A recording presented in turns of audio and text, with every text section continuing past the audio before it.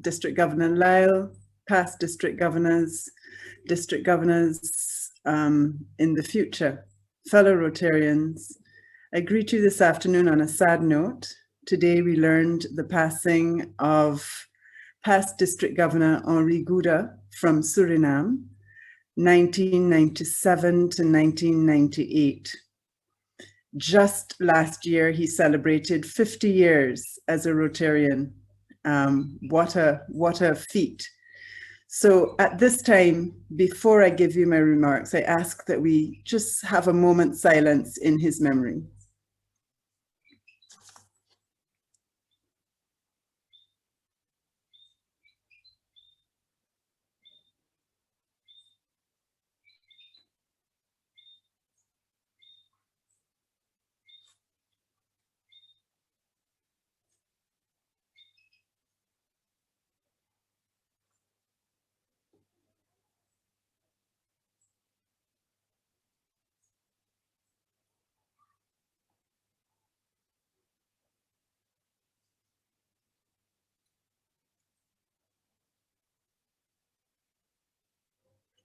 Thank you, fellow Rotarians. So this evening, we are on the topic of teamwork and working with teams. Again, we have another powerhouse of a presenter in PP Liz. There is no I in team, folks. Everybody, it takes all hands clapping to make this Rotary year a success. Everybody needs to be a part of the process. Everybody needs to do some heavy lifting to ensure that the club is successful in this year. The president is not the only one responsible. Every single member. So I ask that you take the notes, listen to what's being said, share your ideas, and let this be another productive session for us. So I'm just going to turn you back over to the presenters. Thank you very much. Good evening, everyone. All protocols observed. PP Liz Cox joined Rotary Club of Georgetown in 2008 and held almost all board positions from 2009 to 2017. She served as president of the Rotary Club of Georgetown in Rotary year 2015 to 2016 and focused on literary projects. She was instrumental in organizing book clubs in schools, toy libraries, and a project that she is very proud of, the acquisition of a bookmobile to serve the rural areas. She's a founding and charter member of the Rotary Club of Garden City, which is a cause-based club with a focus on supporting the environment, and it was chartered on September 17, 2020, to create a new and different club experience for members. She's currently serving in a dual role as club trainer and service projects director. Past President Liz attended 4 international conventions and multiple district conferences. She's a Rotary Foundation sustaining member and a Paul Harris Society member, PHF +7. Professionally, PP Liz is a strategic advisor trainer in a co-owned consultancy, Casper Investments Incorporated, since 2007. Prior to setting up a consultancy, she worked in the corporate world as an executive at the GTM group of insurance companies.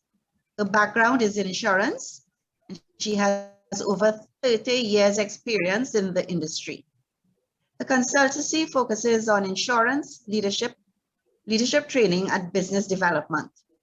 She holds several insurance qualifications, together with a master's degree in general management, and is a certified master trainer, both from Cave Hill School of Business, University of the West Indies, Barbados, and a certified Myers-Briggs administrator from the American Management Association.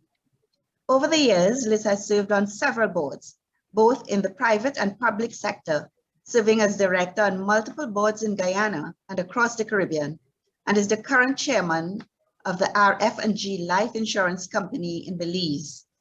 She is chairman of the National Family Commission of the Ministry of Human Services in Guyana and a past president of the Insurance Institute of Guyana and the Association of Insurance Institutes of the Caribbean. She has a keen interest in transferring knowledge to the next generation of leaders. Past President Liz, a hearty welcome on behalf of all present. Thank you, Cheryl. Thank you for those kind words of introduction. And good evening all Rotarians, Rotaractors.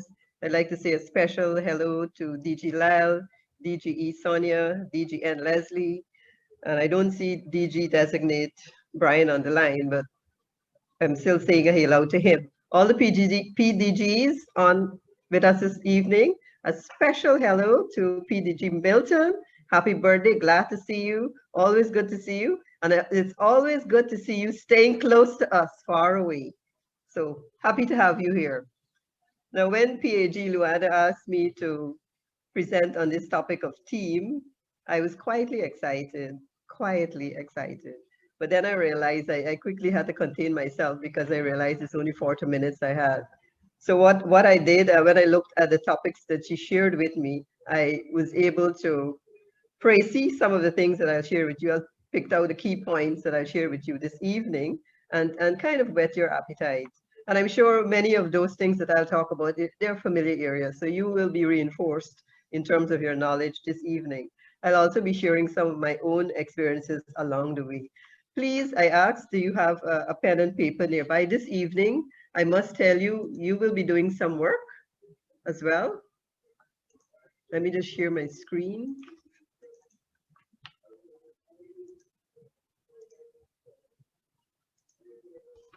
Are you guys seeing my screen? Yes, we're all seeing it. Good. I'm not seeing anybody now, though. But that's okay. All right, so the topics that we have this evening is developing a shared mindset, and this is all about team and team building, resolving conflicts, achieving goals.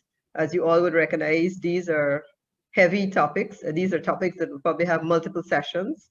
But like I said, I have condensed it and picked out the key areas that I think that you'll benefit from this evening. And a little roadmap. Like I said, you will be doing some work this evening, and we will have a breakout rooms. We have about 15 to 16 rooms this evening, and you were nicely named. I hope you like your names. You were randomly selected and placed in those groups. And I'll let you know, I'll give you some more information as we come down to that breakout session. But yes, I want you to actively participate this evening because I know many of the sessions you were listening all the time. So I'm giving you an opportunity to exchange ideas and to also enjoy this whole experience this evening. So the first that I have, and you are permitted to write in the chat box because I will be tracking that information as well. Actually, PP Lisa is behind the scenes tracking what is happening in the chat box, but I'll be asking some questions and I'll be seeking some responses in the chat box. And PP Lisa, could you, when the items are placed, you read it out for me because I'm not seeing the chat box right now. All right, so the first question that I have for you to engage you this evening, I'd like you to place in the chat box one area in your club you believe team building needs some improvement in. Just state one area. And you place it in the chat box. I'll give you a minute or so. And then PP Lisa could read out some of it. What will happen is that some of what you will put in there or what will be placed in there will be discussed this evening. What is not discussed this evening, I'm sure we'll be able to pass on to the district team so that you will be able to hear some of it, or perhaps in some sessions in the new Rotary year. PP Lisa, are you seeing anything in the chat box? Service projects, communication, Okay. fundraising, communication, service projects, ensuring a shared vision, delegation, service projects and communication keeps repeating itself, Okay. building and retaining membership, interpersonal relationships, conflict resolution, Wow. All right, we can stop there. But you can continue to place in the chat box. And Lisa, you can develop that whiteboard behind the scene for me, please. But obviously, some of the things that we'll be talking about tonight, you've listed there already. So we will be touching on some of what you've said there, some of the things about communications and conflict resolution, and some of those topics will be discussed this evening. Now, I have an image on the screen. And again, I want you to place, what is your interpretation? What do you see when you see this image on the screen? What comes to mind immediately when you see the screen, when you see this image on the screen?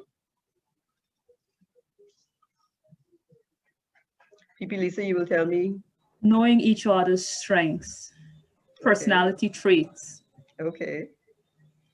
Organized.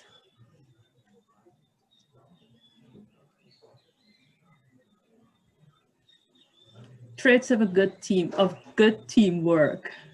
Myra Briggs. Okay, all right, we got it there. We got it there. At least one person, I'm sure there are many other persons know or have or are familiar with the Myers-Briggs personality indicator, which is a preference indicator. And I'll be using this indicator to relate it back to shared mindset. Actually, this indicator I use a lot in my personal life, and I'll share a story on that, as well as I use it in team building sessions. At the beginning of every team building session, I use or administer that Myers-Briggs personality indicator, which is a preference indicator. It's not a box anybody off, hit them as good or bad, but it's a really good preference indicator. But now I'll just like to share this little story with you. You know, as a corporate executive, I often had, as the marketing manager, had to present projects, compelling projects, convincing programs to the executive team. And I always, you know, I tried to be very well prepared to do that. But there was always one executive who would always ask a lot of questions and seek a lot of clarification. And to him, well, he often said, was boring holes in my presentation. And I thought, well, okay, I didn't see it that way. So one day I had this really important project that I was presenting. And I told him, I heard that he wasn't going to be at the meeting. So I called him and I said, you know, I really would like to meet you for a couple of minutes because I want to discuss this presentation with you. There was absolute silence at the end of the other line. And then he came back and he said, but Liz, I mean, I really thought that you were happy that I was not going to be there because, you know, I always ask a lot of questions and sometimes I think I bore holes in your presentation. So I said, no. I said, I actually like when you're there. I look forward to your comments because you refine my presentation. So he said, but Liz, you know, I always felt, you know, I always wondered why you never got upset. I said, no, you made my presentations better. You refined it. I am not perfect. I miss things and you pick up all the areas that I've missed it. Now I'm telling you that story because that is the whole point about preference and person's perspective. Now his perspective was the bottom line. My perspective was the top line. And I always and often remind persons as a marketing individual, you look at the top line, but to get the top line, you need to spend money. And so he was always looking at the bottom line. And so I mean, effectively used the Myers-Briggs personality type indicator to help me through the whole process of him coming up with all of these, according to him, boarding holes in my presentation. So that is how it is used and how it can be used. You, first of all, understand yourself and you're able to see someone's other's perspective. I told him, I said, I'm always making use, constructive use of our individual differences. He smiled and, you know, I think that he continued to ask a lot of questions, but I think he appreciated the fact that I appreciate the questions that he asked.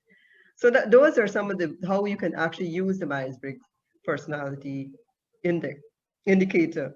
Now, I want you to do an exercise for me, and this is just a basic demonstration of preference. For those of you who have a pen and paper in front of you, could you sign your name, please?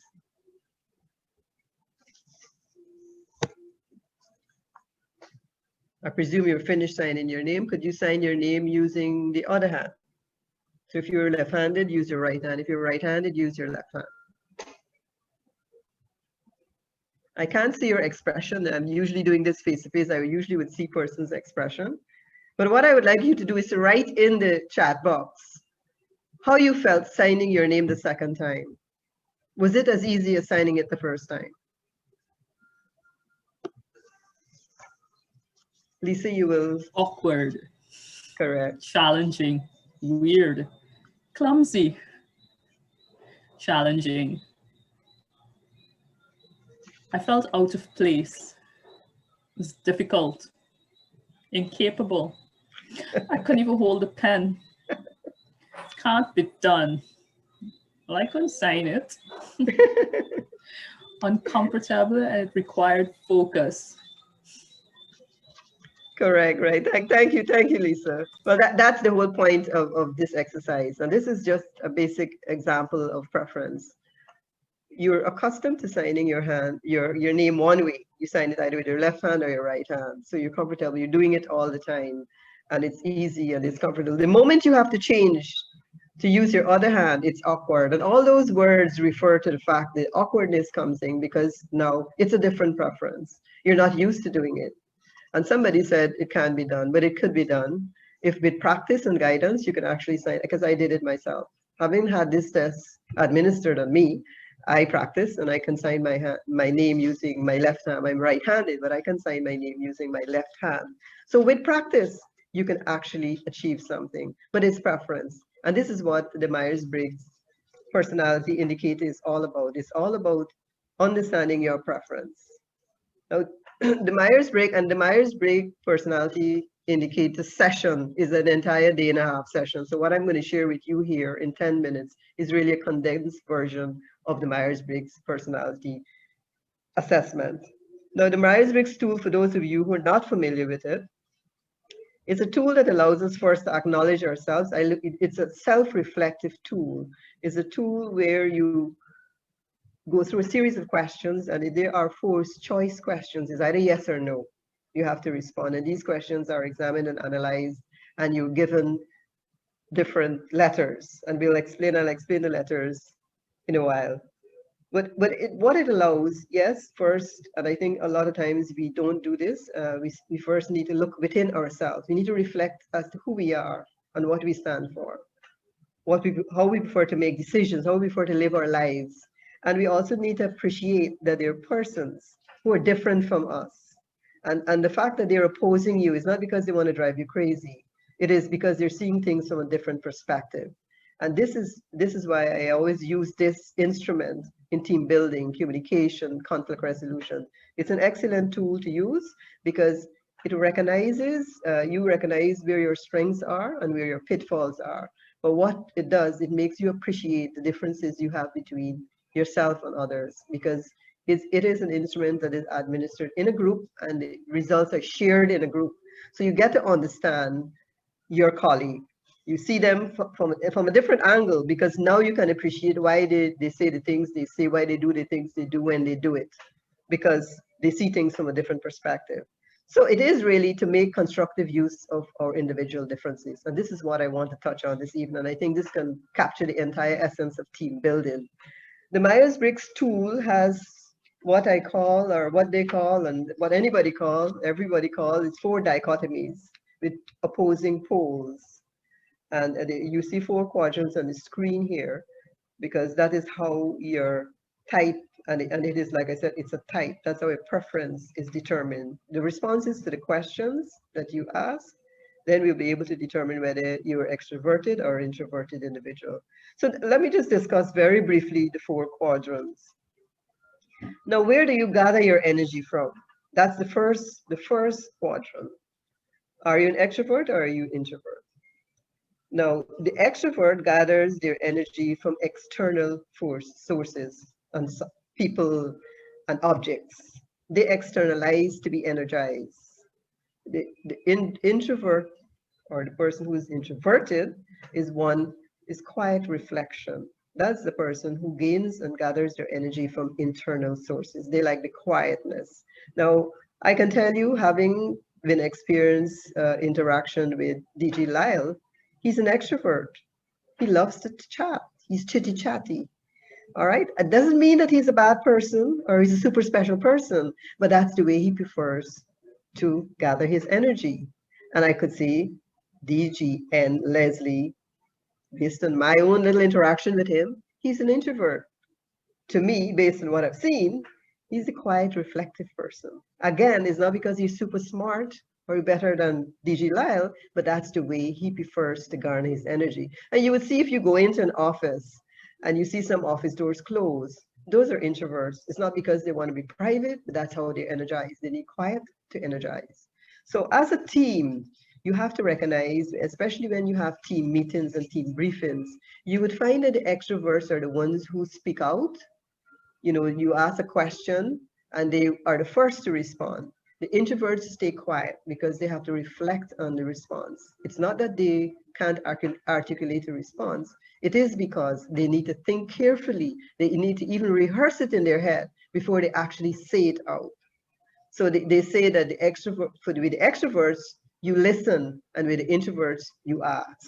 So in team meetings, you will see the quiet ones and you will see the vocal ones. So you have to be sure to go around the table to ensure that you ask everybody about their opinion, about their views, because the quiet ones could come to that meeting, stay quiet and move away from that meeting, and you would not even know. And perhaps they might have something of value to bring to the table, and you miss it out altogether. So be careful when you're having your meetings and you have quiet persons and you have the ones who speak out, the more vocal ones who speak out, to try to get the introverts to speak as well. Now, in the second quadrant is, how do you prefer to take in information? You're either a sensing person or you're intuitive person. Again, it doesn't say one is super smart and the other one is not so smart. The sensing person is the one who is practical, the one who looks at facts and figures, the one who likes to take information and can only take information in its logical sequential order.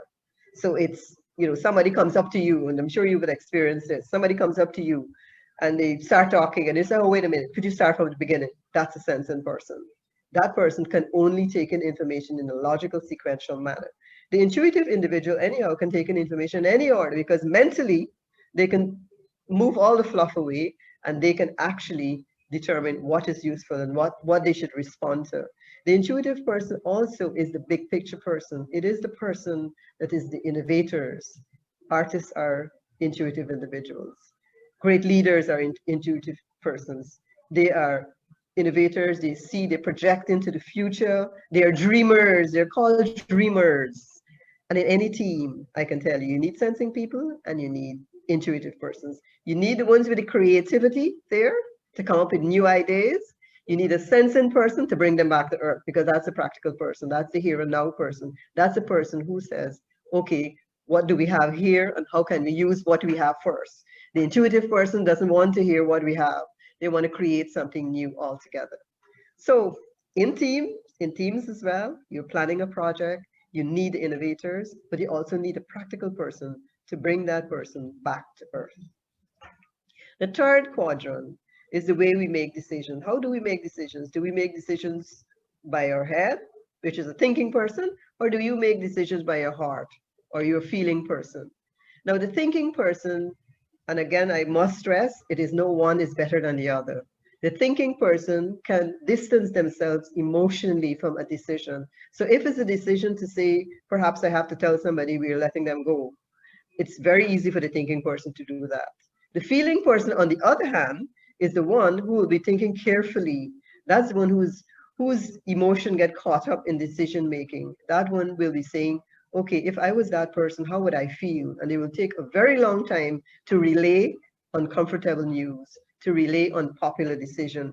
Again, it's not because that person is a weak person and the thinking person is a stronger person. That's how they see it from their perspective. And all of these things are innate qualities. Some of these you're born with, and they're fashioned and shaped based on where you were brought up, the person, where you study, all of that influence the person you are. All right, and I must say this instrument is only used on normal persons, all right. So again, we have to be careful if we want to relay, and as leaders, you have to recognize there will be times when you have to say things that may appear to be unpopular to some persons, but you have to say it. But you have to be able to choose your words. So you need both persons. You need balance in any team. You need the ones who will want to create the harmony and keep the harmony going, but you also need the ones to say, okay, these are the rules, and let's stick to the rules and regulations. The feeling person would always be saying, okay, we should really be treating people by exception. They throw away rules. They don't deal with rules. They treat people as individuals, and everybody is specially unique, and they feel that should be treated separately. No rules apply in the feeling person. You find quite a few HR managers are feeling persons. A lot of women are feeling persons. There are feeling persons who are men as well. But the thinking person is the one who can distance themselves emotionally. The feeling person places themselves in somebody else's shoes, and they're so empathetic. They're perceived as overly sympathetic, and the thinking persons are perceived as harsh and cold. But again, neither is good or bad, but you need both in any team to create balance. The final category is how we prefer to live our lives. Are we a judging person or are we a perceiving person? Now, a judging person doesn't mean that you're judgmental, and a perceiving person doesn't mean that you're perceptive. The judging person is the one who lives an extremely organized life. It must be planned.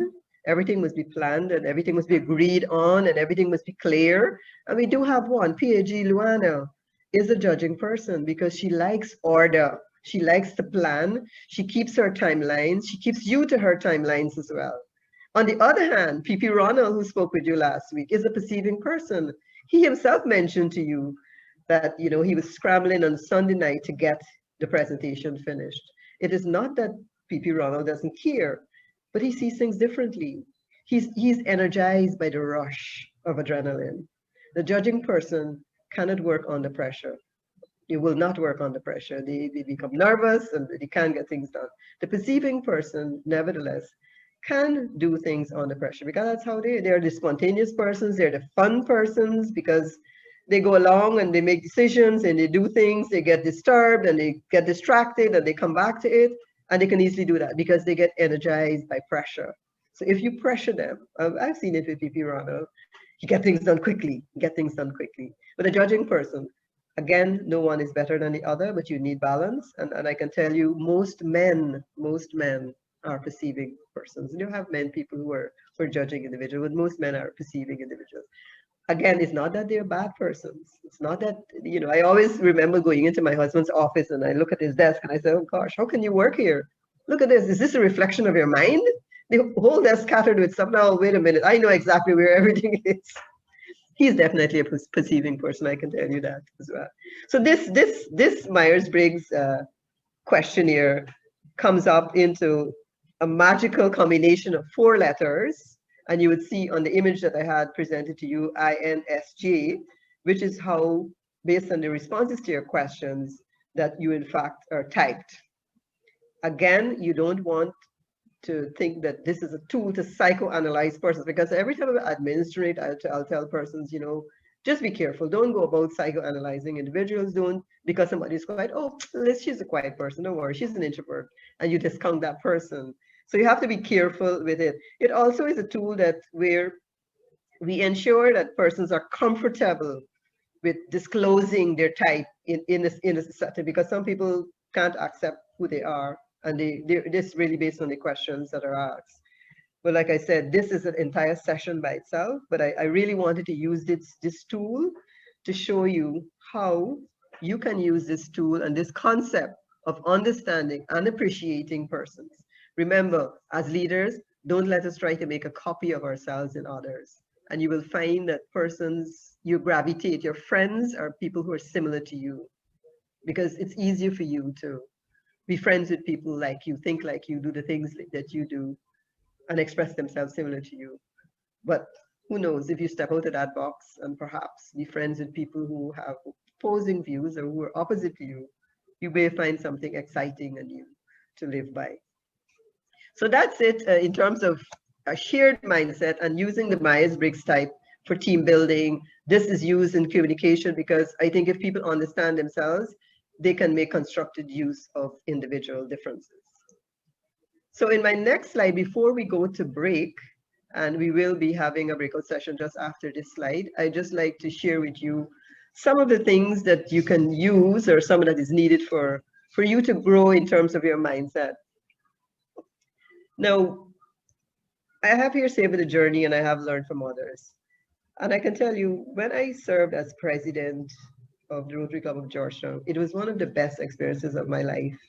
It was fun, it was fulfilling. I had a great team. I had magnificent members that really clued into all the projects. But I had good days and I had not good days. I didn't have good days. But you know what? I savored the journey. And I think sometimes we look at the end result. We look at or goals. I'm not saying not to look at your goals, but enjoy the journey. Make your journey the goal. Enjoy it. Fun. Have a fun and fulfilling experience. And I think even though you may have trials and tribulations, you must remember that your character is shaped and can only grow if you experience trials and tribulations, if you experience good and bad days, your character is strengthened. And character is not developed in easy quiet. You must remember that. It is only through experience can your character be strengthened, your ambition inspired, and success achieved. So enjoy the rich lessons of the journey has in store for you. That's how you grow. And you should grow out of this experience. And I can tell you, I learned things about myself that I never knew existed. And one of those was patience. I learned to be patient in that experience. I enjoyed it, but I learned to understand and be patient with persons and be tolerant of individuals. So keep your pedal to the metal and enjoy the ride. Now, as leaders, I think we all come in and in our own right, we're skilled in different ways and in different topics. But this does not mean we know everything. And I think sometimes we run away with the fact that because we're a CEO, we know, and we're speaking to somebody who may not necessarily be a CEO, who may be climbing the corporate ladder, and it's a person who might be a director. A growth mindset means you can also learn from others. Perhaps others have more information on something than you.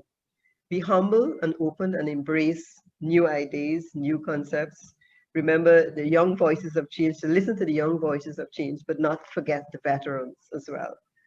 I always tell persons, try not to be the smartest person in the room, because if you're the smartest person in the room, then invite smarter persons, but perhaps you might be asked to leave that room. We feel threatened sometimes as leaders. If somebody knows more than us, please let us be humble and listen. You can learn a lot more, especially from the younger persons. And you're looking for innovation. You're looking for the intuitive persons to bring out the best in themselves.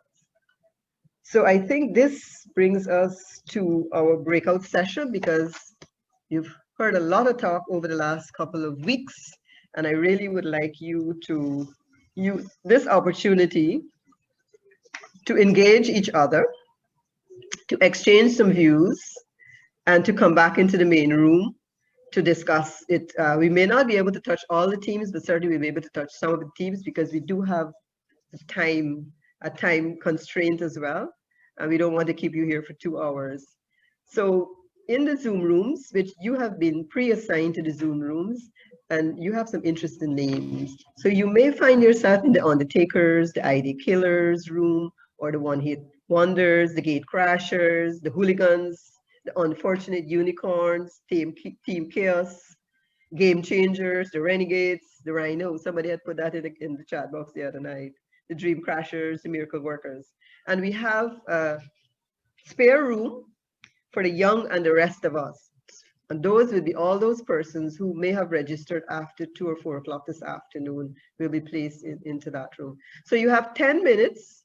And as you get into the room, 10 minutes fly very quickly. Select a team member who will present on your behalf. When you come back to the main room, remember, we're not looking for an entire epistle. We're looking for a couple of points.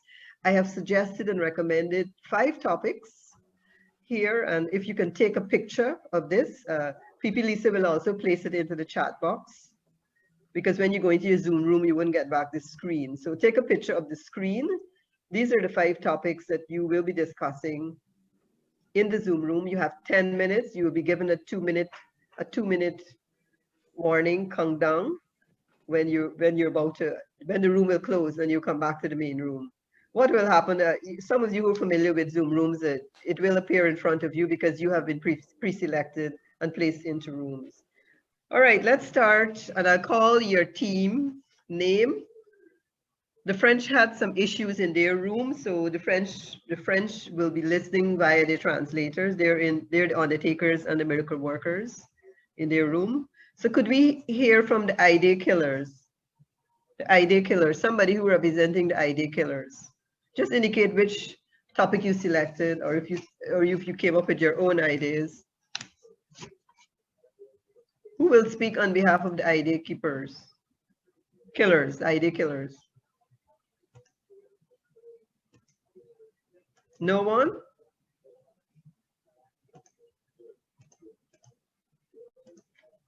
Lisa, have you seen anybody put up their hands? No? Okay, I'll just...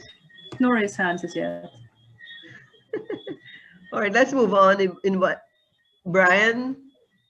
Maybe they're muted. Yes, but they have to indicate is who. Could you indicate who is speaking on behalf? Perhaps put your name in the chat box. Who is speaking on behalf of the idea killers?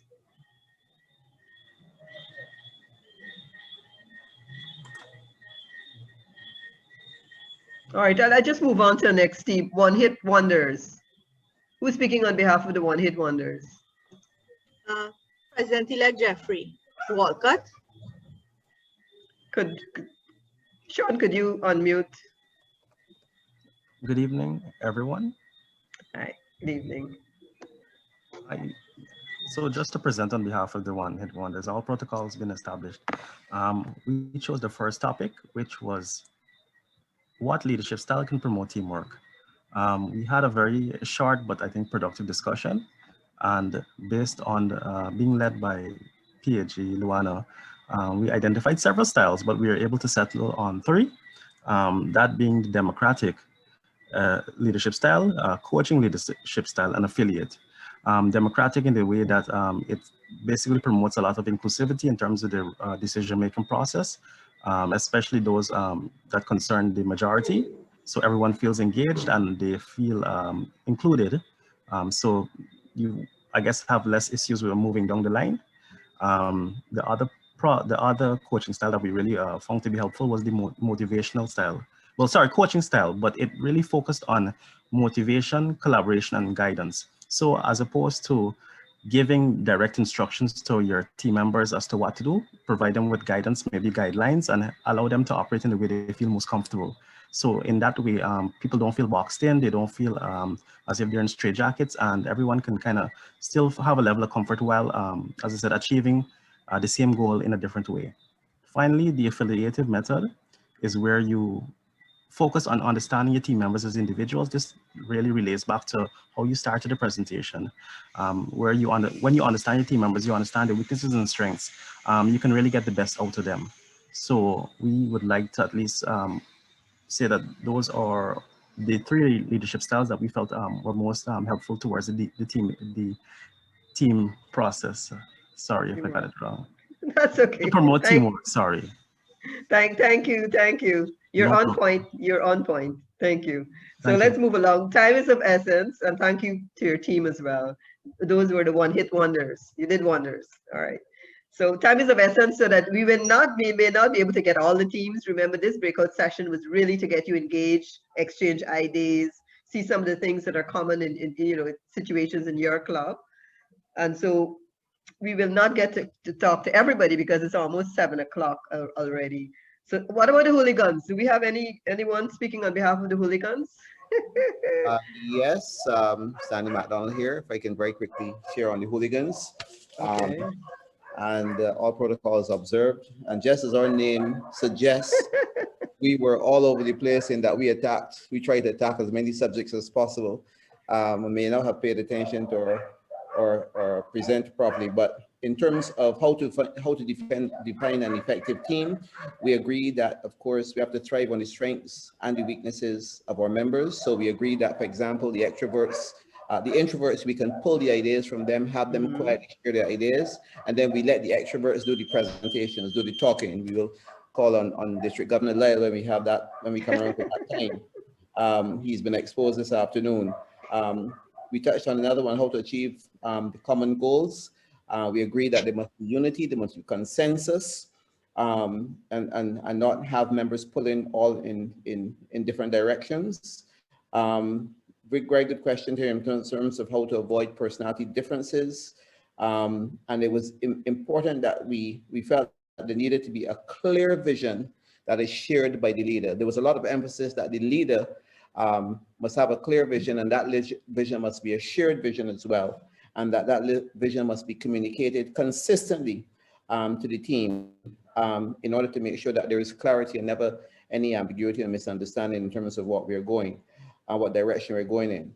And then finally, we also agree that there must be mutual respect for other ideas. We may not always agree, but we must agree to disagree. We must follow the plan. There must always be a plan for the way forward, and we must follow that plan. And we also agree that it is important to discourage members from being judgmental. I'll just stop there because I know we're running short on time. Thank you very much. All right. Thank you, Stanley. And I realized that, you know, I was in a little group, was in the main room, and learning has taken place. People are recognizing and appreciating that persons are different and they can make constructive use of those differences. All right, so let me move on to the Renegades. And I hope that the Renegades, Evangeline has put up her hand. No, the Renegades was Kathy Mobley. Okay, there you go. Hi, everyone. All protocols being established. Good evening. So we kind of touched on all 5 questions, more or less, with the leadership of, is it DG Sonia? Okay, so our leadership styles, to promote teamwork, we came up with different styles of being transformational, motivating, a coach, good listener, and an empathetic individual. Number 2, we went to defining an effective team. We stated on points a team that takes action, a team that is clear on a task and knows what is expected of them. And basically everyone has a voice in your team. So it's try to give everyone an opportunity to express themselves, to understand you as the leader. For 3, what are some of the common challenges? We spoke about conflict and different ways of resolving conflict. We discussed when you have one individual who tends to have a difference in opinion as opposed to the rest of the team. What are what is a characteristic of that individual that will help push that team forward as opposed to creating conflict or being toxic in the team. In terms of constructive criticism, what was that question? Strategies. Developmental, we had one-to-one sessions, listening to each other, having fellowship among team members, and trust, having trust, having the team trust you as a leader, and also you trusting the team members as well in different things, different tasks that they have to do. Our team building strategies, we had having a clear goal or vision in terms of what your goals are, what's a clear vision of your goals, having an open line of communication, having the team inclusive in what you're doing, I'd say being transparent as well with your team. Again, we spoke about developing trust, fostering good relations in terms of having sessions like a retreat or going to lunch as a team, doing something outside of the box with the team, or consensus team building. So something that the team will agree to do. I think that's what I think we hit on all of the questions. Thank you. You guys did hit on all. You hit on all.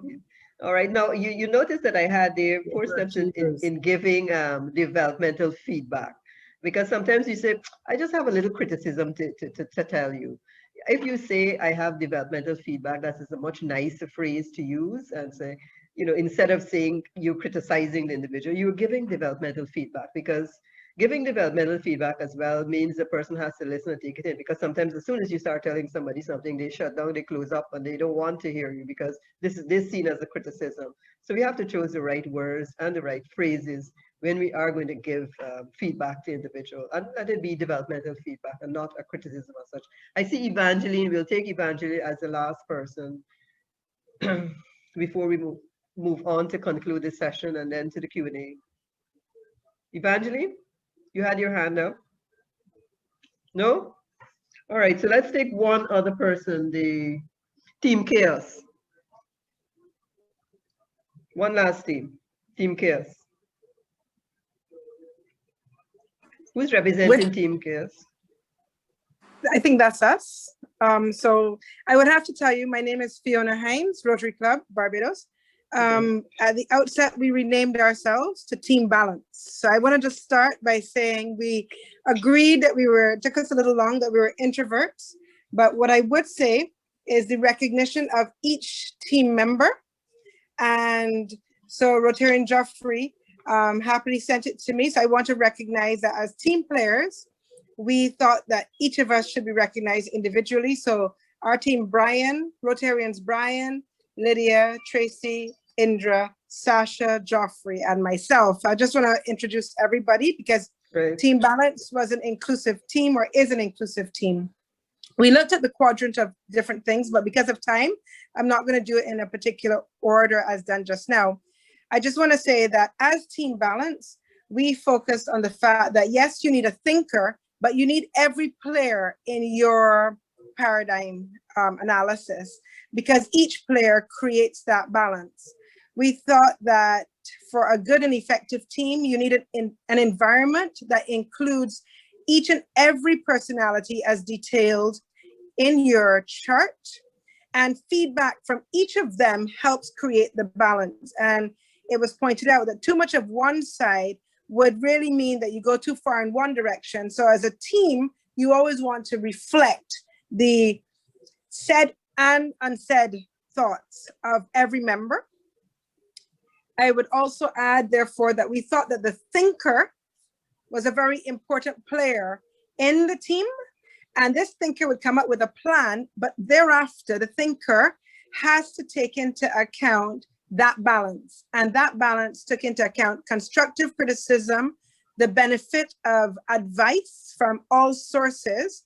We called it constructive criticism. I noticed you renamed it just now, but we thought constructive criticism because it's constructive. Yes, it's criticism, but that's how it goes. And feedback helps create that balance. And feedback also helps both the introvert and the extrovert. In essence, Team Balance, as renamed, really strives for a team that takes into account all personalities, engages all personalities, so that the balance is for the benefit of not just the board, but the club as a whole. That's not in the order of your questions, but that we did every question that you had put into the chat, and I have just reformulated. All right. Thank you, Fiona. Thank you for that. And that's a very innovative and creative team. They've refashioned everything. I like that. Stepped out of the box. Great. Thank you. All right. So I'll just have two other slides to share with you before we move to the Q&A session, because I don't want you to be here all night, of course. And from the current screen. Are you seeing my screen? Could somebody answer? Yes, we are. Yes. Okay, thank you. Thank you. All right, first of all, I have to put in a disclaimer here. I'm not a conflict resolution expert.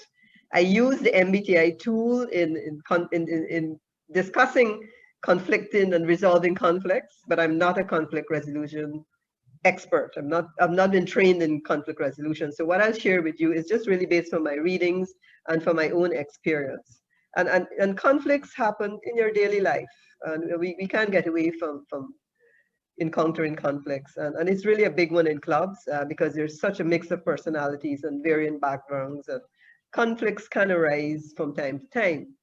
However, I must tell you, disagreements doesn't have to be divisive. And I repeat that, disagreements do not have to be divisive. Any well-functioning team needs productive conversations, even in the face of different views and opinions. And yes, we encounter people all the time where our core value clashes. I experienced that last year. And how you deal with conflicts, I think, as a leader, as an individual, really define you as an individual, define your character, define you as a leader. And, you know, it is a situation where sometimes it brings out the best in individuals, sometimes it brings out the worst in individuals. We hope as Rotarians, we will always get the best out of everybody. Now, there are some ways of dealing with conflict. And like I said, I'm not an expert, but we can avoid it. We can take some easy way out and avoid it altogether, pretend it never happened, pretend it doesn't exist. And you agree, that takes no courage. It requires absolutely no courage. We could also give in. We can give in. Give in doesn't need any cooperation, very little courage, and it may be even the least disruptive. But you would recognize in both instances, it can lead to resentment down the road, big resentment down the road. So we need to be careful with that. There's another choice that we have as well. We could stand our ground, my way or the highway. Would that achieve anything? That requires courage. Perhaps we may win the battle, but we will lose the war. And while in the short-term gain, we can be very inconsiderate at times if we stand our ground, even though we might be correct. And like I said, it might be a gain for someone who gets their way because they stand their ground, but it is a very inconsiderate way of dealing with conflict. And in the end, long-term, it is extremely detrimental to a team because people will always remember that. People will always remember that we went along with something because somebody was probably vocal, probably an extrovert, not citing DG Lyle here, but somebody who was extremely vocal and can be convincing and compelling in whatever they're saying. But studies have shown that we can actually create harmony and restore trust by looking at 3 ways that I have. There's more than that, but it's 3 ways that I'm going to share with you this evening. And one is collaboration, and most of you, I'm sure, would know about that. I see PDG David as a great collaborator, and he's greatly admired for that. Collaborating plays a major role in conflict, in resolving conflict. It requires courage and it requires consideration. And all it involves is really listening and discussing points and objectives and ensuring that all parties are understood. It requires some creative thinking, of course, and appreciating person's different perspective. We spoke about that when we mentioned the MBTI. Remember, we wish not to create, and I always tell persons, we wish not to create a copy of ourselves because sometimes we want to, and we're tempted to, as leaders and as individuals, to create a copy of ourselves in others. Right. Another area that I think can resolve conflicts is acknowledging the other person's perspective. Just merely saying, I understand you, I thank you for your view. That person will feel value. They feel that you trust them. They feel that you have understood them, and they feel that you value what they say. And that can open unimaginable lines of communication. And there it is, you get your opportunity and your chance to share your views. And the third point I'd like to mention to you tonight, and like I said, there are many other options that you can take, is to look at common ground. Because where there's conflict, it's easy to focus on all the disagreements and it's easy to become defensive and stop listening. Even small and obvious common grounds can be a starting point for respect for each other's point. And studies have shown that even the passionate disagreements, there's usually shared values. People sometimes have common things that they don't really talk about because they're focusing on the disagreements, and common beliefs that can bring people together to have constructive conversation with patience, consideration, and listening to each other. All right, so those are the 3 areas. There are lots of stuff on conflict resolution floating around, lots of books that have been written on conflict resolution that you can read more about. But one of the things, and one of the books that I got when I was like 12 years old from my dad, was a book called How to Win Friends and Influence People by Dale Carnegie, and a book that is extremely classic and is still very applicable today. So please remember, knowledge speaks, but wisdom listens. My last slide, I'll just mention a few areas that I think that you can use in achieving your goals. And, you know, over the years, what we have done to ourselves, even though Rotary International has provided great flexibility, the Council of Legislation has given over the years much flexibility in Rotary, but we have consciously sometimes created some invisible barriers. We need to eliminate those barriers. And barriers like your meeting times, how you meet. I know the pandemic has forced us to think outside of the box. There were many clubs that I know wanted to meet online, wanted to have streaming meetings. but they were pushed down because that was not the norm. That's not the way we've done it. And PGD David talked about that the other night in terms of persons wanting to stick with what was done 50 years ago and not change based on what is happening now. Your meeting times now for young professionals, and now we're talking now at face-to-face, if when you go back to face-to-face, some things for you to consider. 12 o'clock for a young professional sometimes is difficult for them to attend that meeting because they might be caught up in doing other things and they can't leave. Now, in terms of your meeting structure as well, and I know that PGD David can attest to this, the last survey that was done by Rotary International indicated that the young persons are not interested in singing the national anthem. They're not interested in prayers. And those are things that are formalities that we've been doing for decades in clubs that can be a turn-off and an invisible barrier for the young professionals. They probably would arrive late and probably be fined for coming in late because they want to miss all of that. Or perhaps they'll come early but sit chatting at their meeting and not listen to you. So those are some of the things that two of the areas that I think you need to consider, you can consider once the pandemic is over. We've seen that we can change, and we did change and changed quickly as well. Another area that I think that we are missing an opportunity is not opening our board meetings to the upcoming leadership in the club. Now, this could be your pool for succession planning. Now, meetings and DG, Sonia would her favorite term, and it's also my favorite term, it's not a secret society. It is not a meeting that is shrouded in secrecy. This is a great opportunity for the up-and-coming leaders to understand the workings of Rotary, to understand what it takes to be a secretary, understand what it takes to be a foundation leader, what it is to be a fundraising person.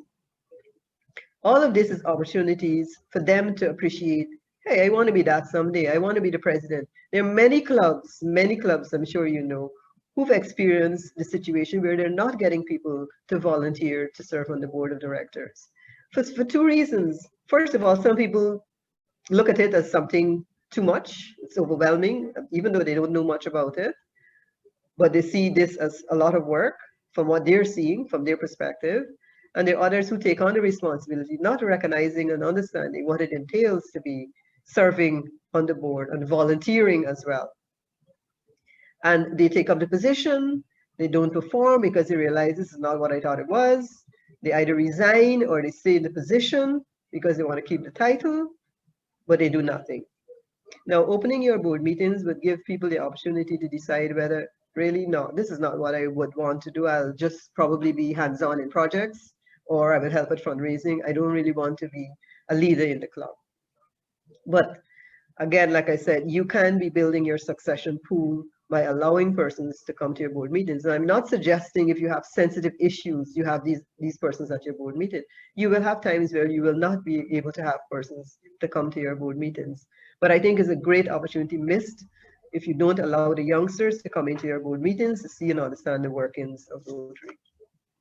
Now, another area that I think sometimes we give lip service to is that we tell persons, come up with a project, come up with a project. And I think sometimes we just give lip service to that because we don't get persons coming back, not much, very few persons coming back. And even sometimes they come back and somebody said, no, we can't do that project because we have a legacy project, and they shut them down.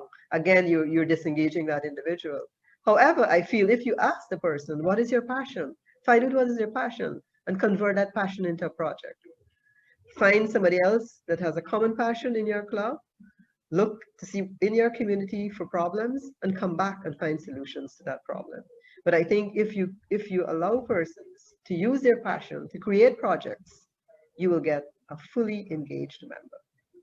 Another area that I think sometimes we miss is not celebrating our milestones. Oh yes, we wait until it's handing over and we give kudos to everybody, we give out certificates, we give out awards and plaques, but it's important for you to celebrate those successes along the way, because I think it inspires you as a leader, it inspires your team. At least there's a sense of accomplishment somewhere along the way. You don't have to wait until the end to celebrate your successes. Celebrate it along the way. Problem solving is an area I think that we need to work on more in clubs. And as I conclude this presentation, I wish to underscore the importance of sitting together to discuss ideas. And young persons want to participate. They want their voices to be heard. They want to give suggestions. They want some of those suggestions to be taken on board. They want some of those suggestions to be implemented. But most important, the young persons want to be recognized. They want to be recognized when they do something. And I think if we allow persons, if we sit as a team and discuss things, I think it can go a far way into getting buy-in much easier. And it's not just with your team. You can have focus groups in your Rotary Club itself. Everything is not restricted to the board. You have an entire membership, and you do have untapped resources in the membership that you don't use. I know that we don't use a lot of the resources that we have in our club because we don't reach out to persons. We don't, arrange those focus group meetings and get people engaged. And that is how people get disengaged. And of course, we have to practice accountability. With all of that, with the best talent in the world, if there's no system of setting and measuring goals, plus holding people accountable to those objectives, you're going to struggle to drive team performance. So without accountability, there is no reliable strategy for empowering people to succeed and motivate them to perform. So your responsibility as a leader is to ensure, if somebody, I know the question came up in Katrina's session where somebody was asking about this is a volunteer organization and so we can't compel persons. Could we compel persons to do it? But you know what, when we all are inducted there, we stand at that lectern and we said this is what we want to do. We want to give back. We want to do stuff in our communities. And then when an opportunity comes up, we don't step up to the plate. So we need to try to encourage individuals, but we also have to make them accountable. If you take on the role of a leader, whether it's the president, whether it's the secretary, whether it's the head of any committee, you're expected to deliver on your promise and not make excuses. I'm not suggesting that you cause disruption in your family or your work, but you made a commitment. And if you made a commitment, you need to live up to those expectations. So on that note, I'd like to end by telling you the heroic leader is dead. Long live the team. And like I mentioned before, I think that you should read a lot. There's a lot of material out there on team building and leadership and all of that. Lots of information is out there on that. And there's one thing that I would like you to do before we close. We're talking about preference here. Could you clap? Clap. Let me see everybody clapping and freeze that clap. Freeze it. All right, clap again using the same hand, both hands now the other way continuously. Thank you, I just got my applause. Good night and thank you. Over to PhD. Thank you, VP Liz. Just briefly, I noticed AG Renata had her hand up for a few minutes. AG Renata, you can. No, I'm sorry, I meant to clap. Oh, okay, all right. I did a real clap. PhD Luana, before you go, there was a question earlier for past President Liz. Marlon was asking if someone can be both an introvert and an extrovert at the same time. All right, now a lot of persons believe that I'm an extrovert, but I'm really an introvert. I extrovert when it's necessary. So it depends on the situation you are, but your preference would be one or the other, but you can be an extrovert sometimes and you can be an introvert sometimes, but there's always a preference. All right, so you can't be both at the same time. You have to be one or the other. But situations can bring out, I have to extrovert because of the work I do. It's important for me to relate to persons. It's important for me to be able to talk to persons and not be afraid to approach persons. But my preference is quiet reflection by myself, probably having a glass of wine. And that's how I get energized. All right. Are there any other questions, PP Lisa? No, PP Liz, just one was a comment that from Arlene. She says she loves the concept that disagreement does not have to be divisive. All right. So thank you so much. Thank you, PP Liz. And we promised a great presentation and I think we delivered. So thank you everybody for attending.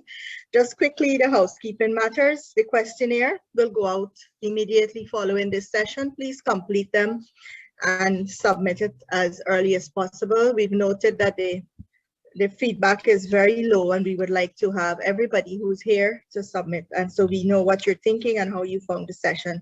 Also, during the new Rotary year, we're going to be running a special session on the Myers-Briggs for those persons who wish to understand more about themselves and their personalities.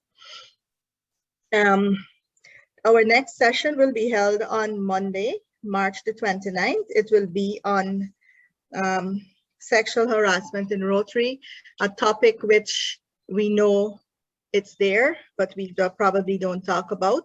It will be facilitated by past President Carlotta. So please be sure to register. We only have 4 topics left. After sexual harassment on the 1st of April, we'll have working with youth. On the 5th, we will talk about the Rotary Foundation and district grant applications, and then we will close pre-pets with enhancing public image and awareness. So please register for the 4 sessions. I know it's been a long 8 weeks, but let's wrap this up in fine style. Please continue with your Learning Center courses, and also please register for Pets and District Conference. And as usual, we're asking you to utilize the club registration so that all your members can attend, and get your white polo, branded polo t-shirt. Remember also to submit your names for of your club trainer as early as possible. PAG Bal. All right. You got Okay. carried away with the birthday, so could you please deliver your vote of thanks? I'm very sorry. Good evening, everyone. All protocols observed. On behalf of our pre-pets training team, it is my pleasant duty this evening to give the vote of thanks. And what a wow we have this evening. You know, Liz has been our moderator for most of our sessions today, and she has been doing such a splendid job of summarizing for us every time at the end of every session. She summarizes for us all the salient points and then deals with the questions. And I didn't know then she was such an expert on this topic this evening. Liz, I'm sure everyone like me would have learned something this evening from that presentation. But I particularly like your explanation of the Myers-Briggs preferences. You know, that magical combination you speak about, and it really would help us understand, first of all, ourselves, and then by extension to understand and appreciate others. You know, you gave us a wealth of information this evening, and a lot for us to really think about. About the breakout sessions, really, that type of presentation or method really is so much effective, because what has happened is that we were able to share so many ideas this evening. You know, just even the few people who were able to get on and present to us, we really got a treat this evening. We had quite a bit of information. Some of it we didn't think about before, or was not, they didn't have that kind of perspective. So even the points and all that you summarize in there on conflict resolution, a lot for us to think about and to work on. So thank you, Liz. It was quite a very interesting, exciting, fruitful, productive, whatever terms I can think of now to use to describe your session this evening. I'm sure everyone would agree with me. So thank you again. And thanks to all our team, to the media, to our communications team, to our translators, to all those who contribute in any way to the success of this evening session. And we look forward to seeing you all at the next session. So pleasant evening. Thank you, PAG Balmati, and good night, everyone. Please continue to stay safe, and I look forward to seeing all of you on Monday. Bye.